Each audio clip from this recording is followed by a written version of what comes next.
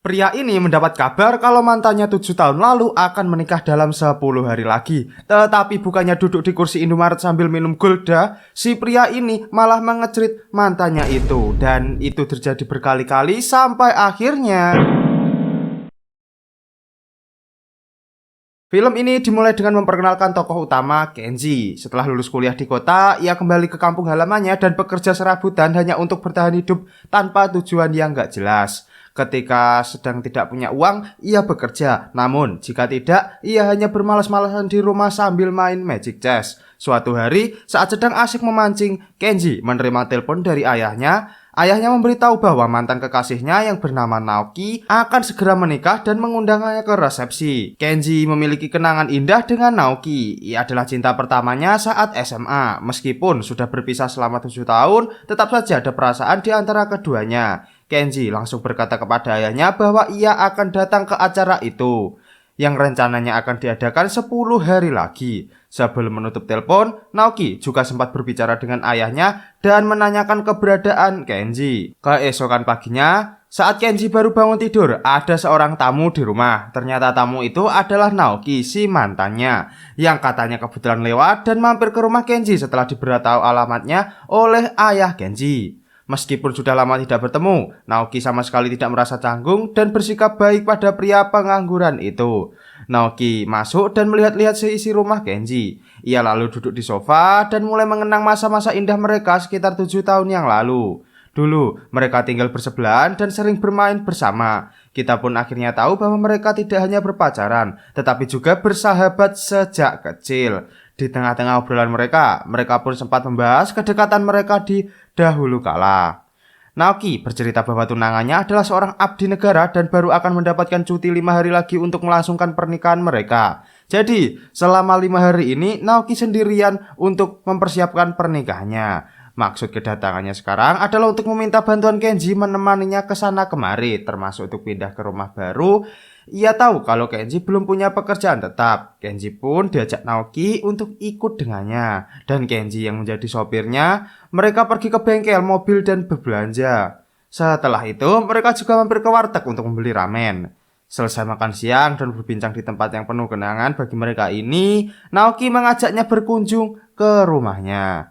Setibanya di sana, Naoki memberikan cemilan serta minuman berenergi. Namun, bukannya berenergi, Kenji malah tertidur. Ketika bangun, hari sudah sore. Ia pun mencari Naoki yang ternyata masih berbaring. Untungnya, Naoki langsung bangun saat mendengar suara pintu. Naoki kemudian mengajak Kenji melihat-lihat album foto mereka yang ternyata masih ia simpan diam-diam. Di sana juga terdapat beberapa foto Naoki dan Kenji yang sedang mancing alias mainin alat kencing. Jadi, bisa dibilang mereka ini saling kehilangan keperawanan dan kepenjagaan bersama-sama saat masih SMA.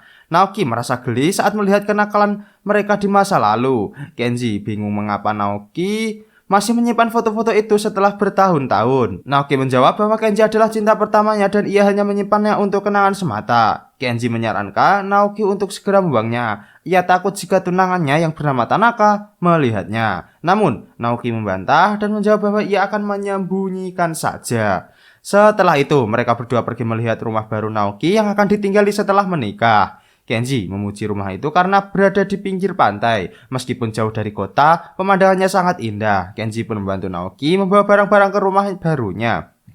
Lalu, ketika hendak pulang, tiba-tiba Naoki memintanya untuk duduk di sebelahnya. Kenji hanya bisa menuruti. Sesaat kemudian, jemari Naoki malah mengarah ke singkong milik Kenji. Kenji sempat menolak dan bergegas, namun Naoki pantang menyerah. Naoki kembali mencoba dan kali ini untungnya Kenji mulai menikmati. Pada akhirnya, Kenji tidak bisa menahan gairah Naoki. Dan pertempuran duniawi pun terjalin setelah 7 tahun terputus. Setelah selesai, Naoki berkata kepada Kenji untuk melupakan semuanya. Ia berkata seolah-olah semuanya ini adalah salah Kenji. Mendengar hal itu, Kenji tidak masalah dan segera bergegas pulang ke rumahnya. Singkat cerita, keesokan paginya, Kenji dan burungnya sama-sama bangun. Melihat hal yang tidak biasa ini, Kenji pun mulai merasakan perasaan kembali tumbuh pada Naoki. Akhirnya, Kenji yang bingung memutuskan untuk kembali mendatangi rumah Naoki. Ia langsung masuk dan kembali berhubungan intim dengan Naoki, yang untungnya juga tidak melawan. Setelah selesai, mereka pergi berduaan di warteg. Saat itu, Naoki kembali mengatakan untuk tidak menemuinya lagi. "Permainan kita cukup sampai di sini," katanya. "Ya iyalah, Tinggal 9 hari lagi kan? Namun, Kenji malah bilang, siapa suruh kau tiba-tiba datang saat aku lagi kesepian kemarin? Kenji berkata ingin tinggal bersamanya sebelum Tanaka datang 4 hari lagi. Meskipun berat dan takut ketahuan, Naoki akhirnya menyetujuinya. Setelah sampai di rumah Naoki, mereka pun kembali melakukan penginculikan untuk ketiga kalinya. Beberapa hari ke depan, mereka lalui dengan riang gembira layaknya sepasang kekasih baru. Suatu ketika saat makan malam, Kenji bertanya kepada Naoki, kenapa tiba-tiba menikah? Ternyata dokter bilang ada penyakit di tubuh Naoki. Kalau Naoki tidak segera mempunyai keturunan, dikhawatirkan Naoki tidak akan bisa memiliki anak. Kenji yang mendengarkan hanya diam.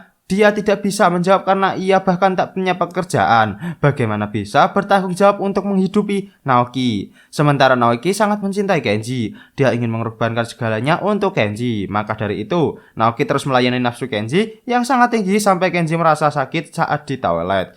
Di sini sebagai mantan yang baik, Naoki pun mengompres kemaluannya dan jadwal pertempuran mereka pun tertunda. Anjay, sampai ngeri. Keesokan harinya, Naoki bercerita bahwa sebenarnya komunikasi dengan Tanaka tidak begitu baik saja. Ia bahkan masih canggung sampai saat ini. Entah karena hal apa, menurutnya ia hanya bisa menjadi dirinya sendiri ketika bersama Kenji. Dan keberadaan Kenji di sini benar-benar membuatnya bahagia. Mendengar hal itu, Kenji hanya bisa terdiam. Dalam hatinya ia berkata, ia juga merasakan hal yang sama. Karena keduanya sudah merasa lebih baik dan hari ini adalah hari terakhir mereka bisa bersama, mereka memutuskan untuk bepergian keluar kota dengan bus. Tiba-tiba karena hasrat, mereka pun main sendok-sendokan di mobil itu. Untungnya para penumpang di sana sudah terlelap, jadi mereka bisa aman tanpa ketahuan. Malam harinya ketika sampai di kota tujuan, mereka keluar hotel untuk melihat festival yang kebetulan sedang digelar di sana. Tiba-tiba Kenji mengajak Naoki untuk pindah ke kota lain dan menikah di tempat yang tidak ada seorang pun yang mengenal mereka. Kenji terlihat begitu serius, namun Naoki hanya menganggapnya sebagai lelucon dan membalasnya dengan senyuman manis. Saat tiba di hotel, mereka pun kembali melakukan penginculikan untuk terakhir kalinya. Mereka melakukan kegiatan yang seharusnya menyenangkan itu dengan penuh air mata. Sedih sekali, coy. Singkat cerita, keesokan harinya Kenji terbangun dan sudah tidak ada siapa-siapa lagi. Ia menemukan surat dari Naoki dan mengatakan bahwa ia berterima kasih dan bilang kalau beberapa hari bersamanya bagaikan mimpi yang menjadi kenyataan. Dia sangat beruntung bisa menghabiskan 5 hari terakhirnya dengan orang yang begitu dicintainya. Di surat itu, Naoki juga memperbolehkan datang ke resepsinya. Namun, Kenji yang melihat surat itu malah membuangnya ke tempat sampah. Dia merasa sangat galau, lalu setelahnya Kenji pulang dan hidup kembali seperti hampa Lalu setelah Kenji pulang dan hidupnya kembali hampa seperti 5 hari yang lalu. Dia bahkan makan yang manis-manis, namun rasanya tetap hampa karena yang manis adalah Naoki. Singkat cerita, 2 hari kemudian Kenji mendapatkan telepon dari ayahnya. Ayahnya bilang pernikahan Naoki ditunda tanpa alasan yang jelas.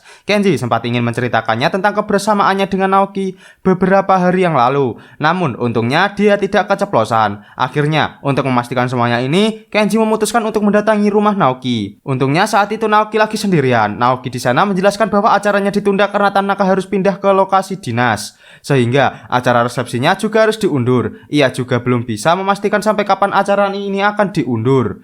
Mereka kemudian pergi ke pantai. Secara mengejutkan, Naoki bilang ia ingin membatalkan pernikahannya dengan Tanaka. Dia juga bertanya mengenai tawaran Kenji di malam festival kemarin yang mengajaknya untuk menikah di luar kota. Kenji agak kaget mendengarnya. Nyalinya pun menciut. Dia lalu mengatakan kalau dia meminta waktu, setidaknya sampai dia mendapatkan penghasilan tetap untuk bisa menghidupi mereka berdua. Dan pada akhirnya mereka berdua pun tetap bersama dan hidup bahagia, walaupun rekeningnya pas-pasan. Dan tamat, sungguh ending yang sangat membagongkan.